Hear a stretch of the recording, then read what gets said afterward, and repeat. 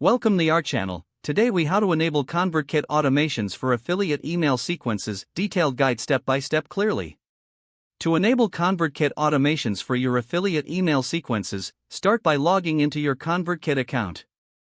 Once you're logged in, navigate to the Automations tab located in the main menu. Click on the Create Automation button, usually found in the upper right corner of the screen. You'll see a pop-up window prompting you to choose a starting point for your automation. Select Trigger from the options provided. After selecting your trigger, click Add a step to customize your automation further. From the drop-down menu, choose the action you want to take, such as sending an email.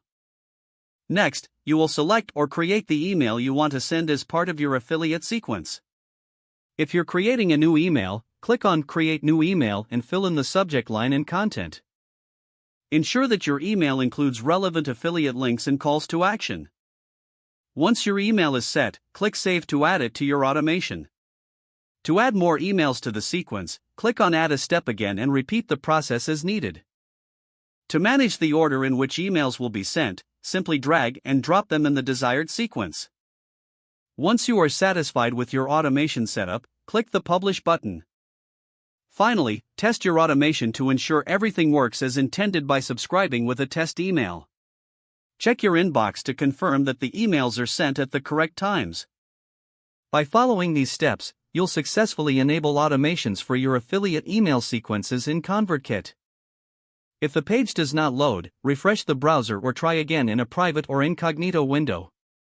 Make sure you are using the correct email address, then retype it carefully to avoid small typos. If your password is not accepted, use the Reset option and create a new strong password you can remember. Check your spam folder for verification or security emails, then complete any requested confirmation steps.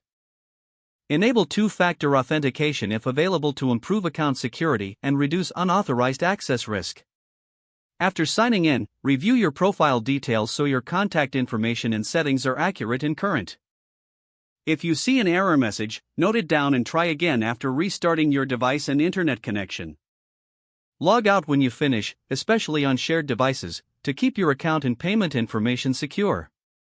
If the page does not load, refresh the browser or try again in a private or incognito window. Make sure you are using the correct email address, then retype it carefully to avoid small typos. If your password is not accepted, use the Reset option and create a new strong password you can remember. Don't forget to like this video and subscribe to our channel for more step-by-step tech guides.